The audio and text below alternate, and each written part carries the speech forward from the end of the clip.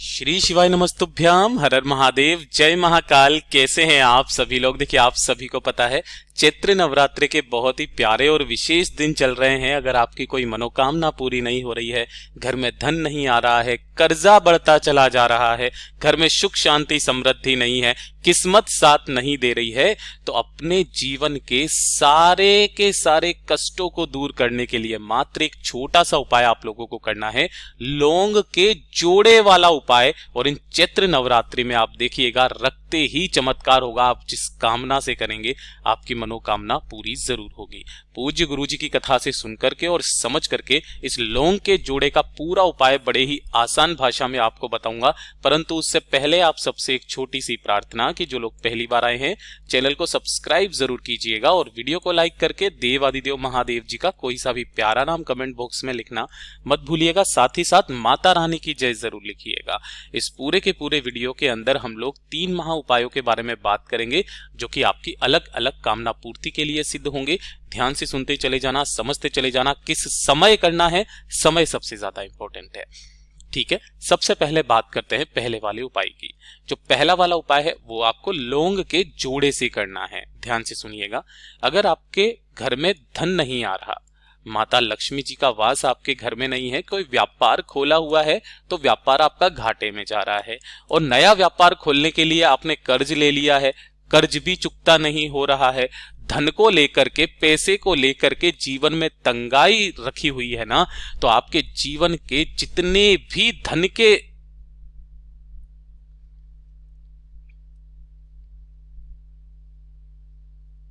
समस्याएं हैं, वो सारी की सारी समस्याएं मात्र एक उपाय से खत्म हो जाती है। ठीक है, इसके लिए आपको चाहिए क्या, वो चीज ध्यान से सुनिए। सबसे पहले आपको चाहिए होगा एक लौंग का जोड़ा, है ना। लौंग का जोड़ा बोलूं तो आपको क्या चीज समझना है कि आपको 2 लौंग लेनी है। लेने का भी तरीका, इसके ऊपर का फूल भी होना चाहिए, ये चीज ध्यान रखना। एक लौंग का जोड़ा लेना और एक लेना होगा आपको 1 लोटा शुद्ध जल अपने घर का। ध्यान रखना, जल एकदम ताजा होना चाहिए। ठीक है ना। अब ये वाला जो उपाय है ना, आप प्रदोष काल तक, उसके बाद में मत करना। प्रदोष काल से पहले पहले आपको ये उपाय कर लेना है, नवरात्रि के किसी भी दिन।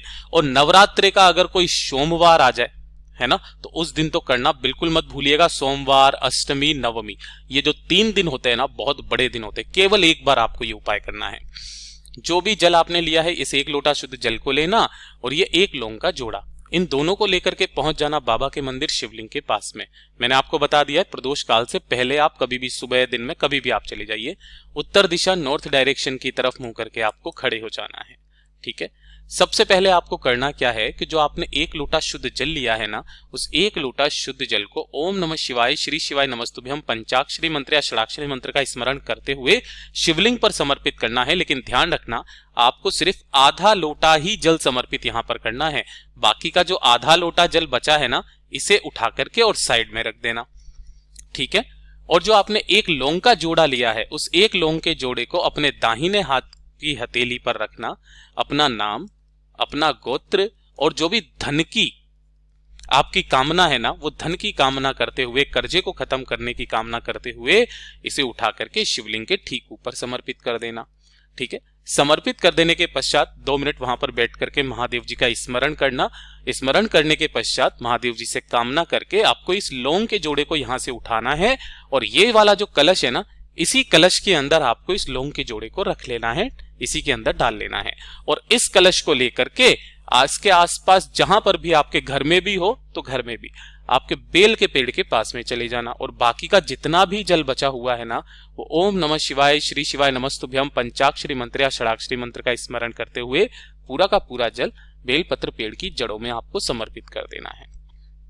बाबा से विनती करनी है, कामना करनी है, क्योंकि पूज्य गुरु जी ने जिस समय पर यह वाला उपाय बताया था कथा में, तब उन्होंने बताया था कि नवरात्रि के दिनों में जब आप इस उपाय को करते हैं, बेलपत्र पेड़ के नीचे माता लक्ष्मी जी का वास होता है।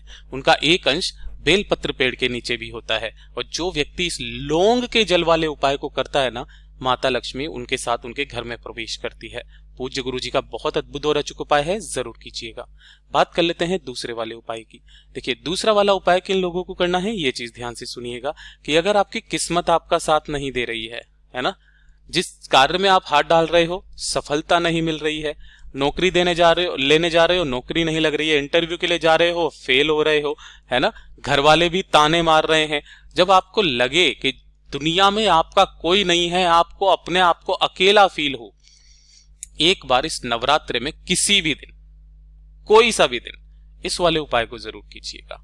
एक लौंग का जोड़ा आपको लेना है इस तरीके से, ठीक है ना, जिसके ऊपर फूल भी लगा हुआ रहे, और एक लोटा शुद्ध जल अपने घर का, ठीक है। इन दोनों चीजों को लेना और पहुंच जाना बाबा के मंदिर शिवलिंग के पास में। उत्तर दिशा नॉर्थ डायरेक्शन की तरफ मुंह करके खड़े हो जाना। अब ध्यान से सुनिएगा, जो आपने एक लौंग का जोड़ा लिया है ना, उस लौंग के जोड़े को अपने दाहिने हाथ के हथेली पर लेना है ना, और अपने सिर के ऊपर से घड़ी की सुई की दिशा में 21 बार उतारना। कितनी बार उतारोगे? 21 बार उतारना, और 21 बार उतार करके अपना नाम और गोत्र बोल करके बाबा की शिवलिंग के ठीक ऊपर आपको समर्पित कर देनी है एक लौंग का जोड़ा, कि बाबा मेरी किस्मत साथ नहीं दे रही है, बहुत बुरा वक्त चल रहा है, सफलता नहीं मिल रही है, पैसे कहीं से नहीं आ रहे, घर वाले ताने मार रहे हैं, बहुत अकेला फील कर रहा हूं, दुनिया वाले ताने मार रहे हैं, मेरे साथ में कोई नहीं है, बाबा मेरा साथ दीजिए, मुझे तार दीजिए। जैसी कामना करनी है वैसी कामना करना, और यहां पर समर्पित कर देने के पश्चात जो एक लोटा शुद्ध जल आपने लिया है ना, उस एक लोटा शुद्ध जल को आपको शिवलिंग पर समर्पित नहीं करना है। ये जो माता रानी का हस्त कमल है, इस हस्त कमल के चारों तरफ आपको उस पूरे के पूरे लोटे जल को समर्पित करके, जो भी जल बहता बहता जलाधारी से नीचे की तरफ आए, अपने दाहिने हाथ में लेना और अपने मस्तक पर छींट लेना। नवरात्र के किसी भी दिन एक दिन मात्र ये वाला उपाय कर लीजिएगा, आपकी किस्मत आपका साथ देने लगेगी। पूज्य गुरु जी का बहुत अद्भुत और अचूक उपाय है, जरूर कीजिएगा। बात कर लेते हैं तीसरे वाले उपाय की। तीसरा वाला जो उपाय है ना, ये किन्हें करना है, ये सबसे ज्यादा महत्वपूर्ण है। देखिए, अगर आपके घर में सुख शांति समृद्धि नहीं है ना, परिवार में छोटी छोटी सी बातों पर क्लेश बहुत ज्यादा होते हैं, भाई भाई में नहीं बनती है, बाप बेटे में नहीं बनती, सास बहू में नहीं बनती है, बहुत ज्यादा कलेश होते हैं, है ना, कोई मंगल कार्य आपके घर में नहीं हो रहे हैं, ठीक है ना, धन की आवक आपके घर में रुक गई है ना, बहुत सारी ऐसी समस्याएं जो आपके परिवार के वैभव में कमी आ रखी है, मान सम्मान में कमी आ रखी है, तो इस वाले उपाय को कीजिएगा। नवरात्रि के किसी भी एक दिन करना है आपको, रात्रि में, है ना, ध्यान रखना। एक लौंग का जोड़ा आपको इस वाले उपाय में लेना है इस तरीके से, जिसके ऊपर आपको क्या करना है, फूल भी होना चाहिए। मैं हर बार बता रहा हूं ताकि आप चूक ना जाए। थोड़ा सा लेना होगा आपको शहद, ठीक है, ज्यादा नहीं लेना, जितना भी लो देसी लेना, एकदम प्योर लेना, थोड़ा सा शहद लेना, ये सारी चीजों का काट करता है। और उसके बाद में आपको लेना होगा एक लोटा शुद्ध जल अपने घर का।